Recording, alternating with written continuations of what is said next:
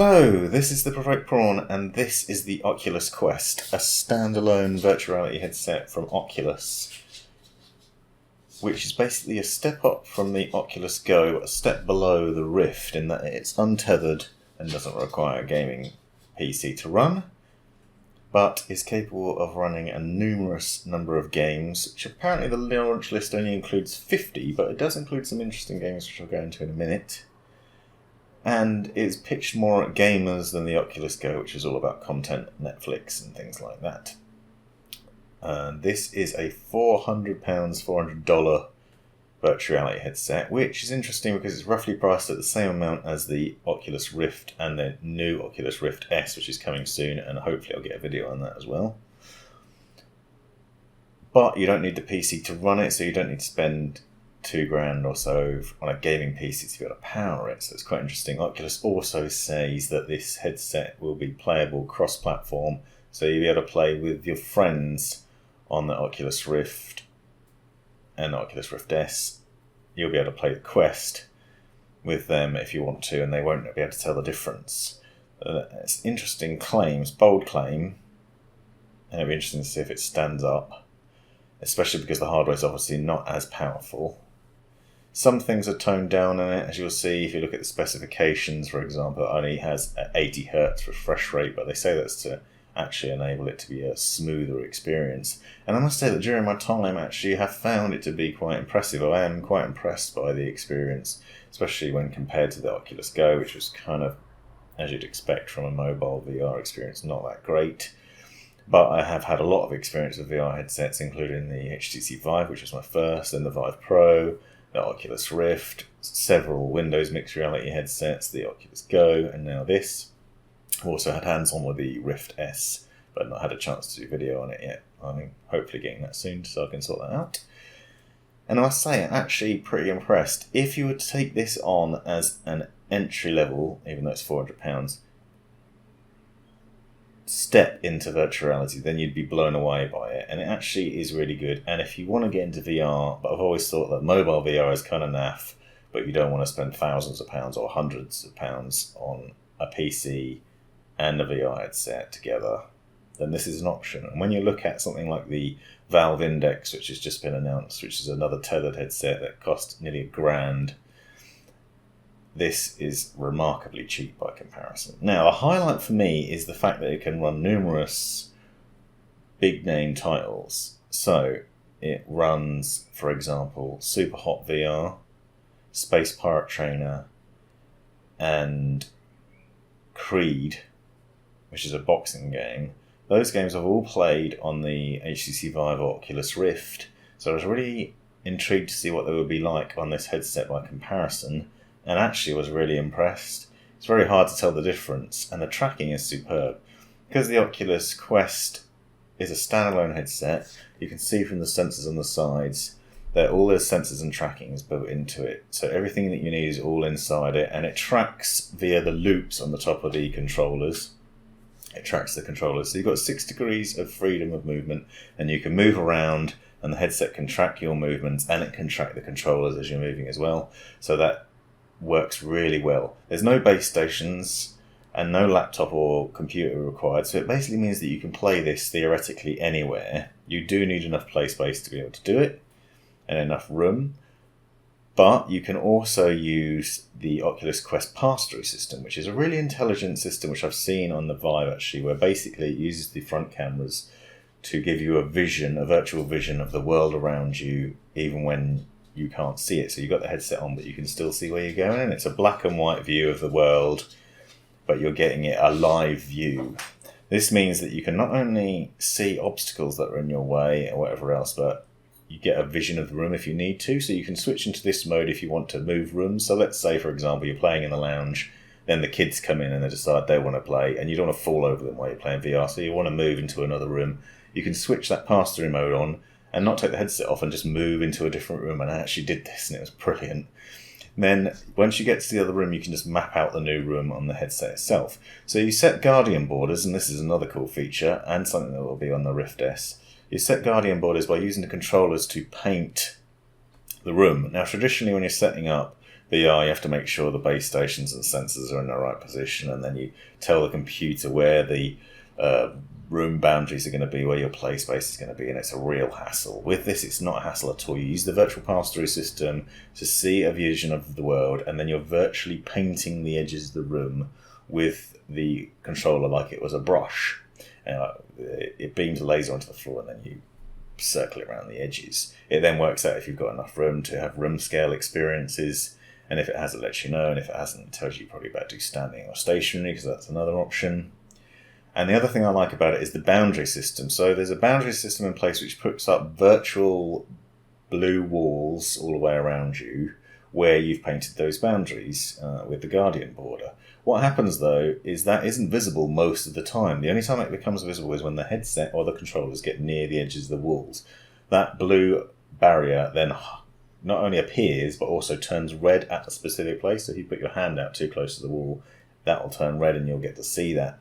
And that is a really intelligent way of doing it, and it works really well. It doesn't interrupt the gameplay like I've seen when you have a static one constantly there, so it doesn't interfere with the virtual world. It only appears when it needs to let you know that you're in danger of hitting something, which is good because it's so easy to get lost in VR, even more when you're not tethered to a cable that's attached to a PC, because you get so into the game that you might move around in the room and you don't really know where you are in the real world. And then you could take the headset off and find you're suddenly in the corner of the room or something, and you'd be like, whoa. Whereas this system ensures that you're always within the safe play space, and it doesn't really matter. And if you need to, you can always switch to the Guardian mode to have a look.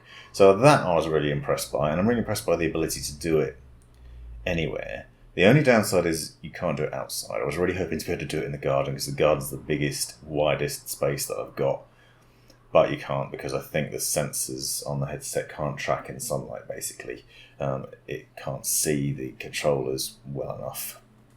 So you have to use it indoors. So you do need a big space if you want to do it properly, but it doesn't mean that you can take it with you to a mate's house or to somewhere else that's big enough and show off to friends and family members. You also only need your phone to initially set it up, but once you've initially done that and you've got an Oculus account, like the Go, you can then download stuff within the headset, and you're connecting the headset to the wireless, so Wi-Fi network in your house, so you can then download stuff there really easily, and you can download games from the Oculus Store. And they say there'll be more in future. They also say that games that are available on the Rift should be available on the Quest as well. Whether they will be or not depends on the developers, though, so it'd be a wait-and-see game. And I think that's the one thing that might hold it back, is there's only 50 games at the moment, and it's really going to depend heavily on the developers of whether we see more games in future. I apologise for the sounds. My dog is currently fighting his bed.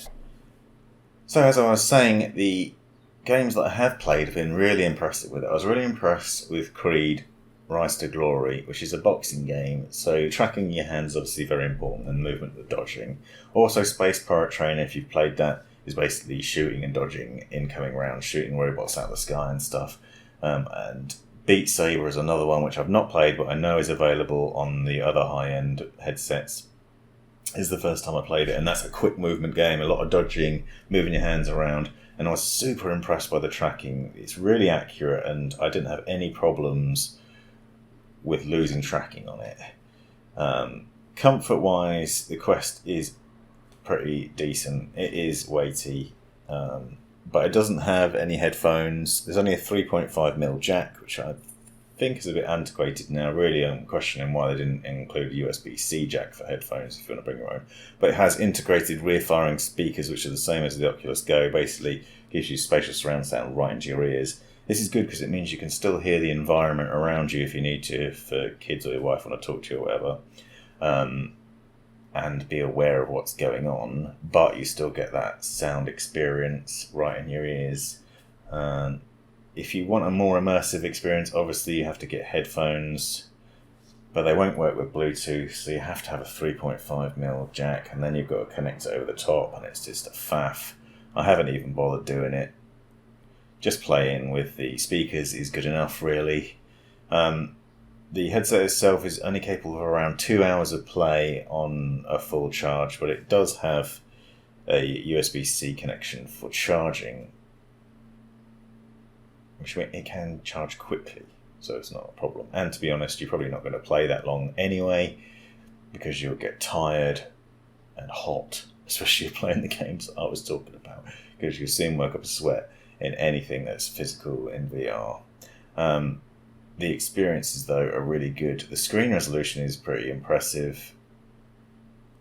You know, you're not going to go into this expecting the highest end experience, but it is superior to mobile VR in lots of ways.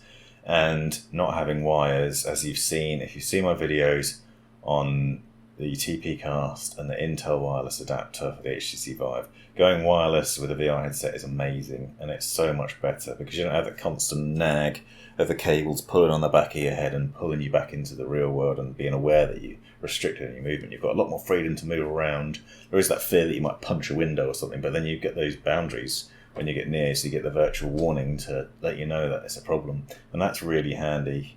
All in all, I think this is a really good headset. Would I spend £400 to buy it? Probably not, because I'm into the high-end gaming, as you can see from the PC behind me. So I'd probably want the Rift S or the HTC Vive, or if you could really afford it, the Valve Index, which looks potentially awesome. But if you wanted to spend a small amount of money and get into VR games and have fun and have the opportunity to play with people that already own those high-end headsets, but you can't afford it yourself, or you don't want to spring the money for a gaming PC, then this is a way to do it. And it's a brilliant entry-level device, and it's really well designed. It has so many different features. As I said, the border painting stuff, the ability to move between rooms, the fact that it can run a lot of the same games, the design of it is nice, it's comfortable, it's well-rounded, basically. This is the way VR should be going. It's making it much more accessible to the masses and more affordable as well, because the prices of the other headsets is just ridiculous. This has been the Provoked Prawn. Hope you liked this video and agreed with my points. If you didn't, please let me know in the comments below. Please think about subscribing to my channel, because I'm trying to grow my tiny follower base, and hopefully you'll see more awesome content in the future. As I said, I'll be doing the Rift S. I'm hoping one day to get my hands on the Valve Index as well once that's come out, and hopefully I'll be able to give you a good overview of that. I'm also regularly unboxing and reviewing a variety of different gaming peripherals and pieces of equipment, so you're bound to see something you enjoy.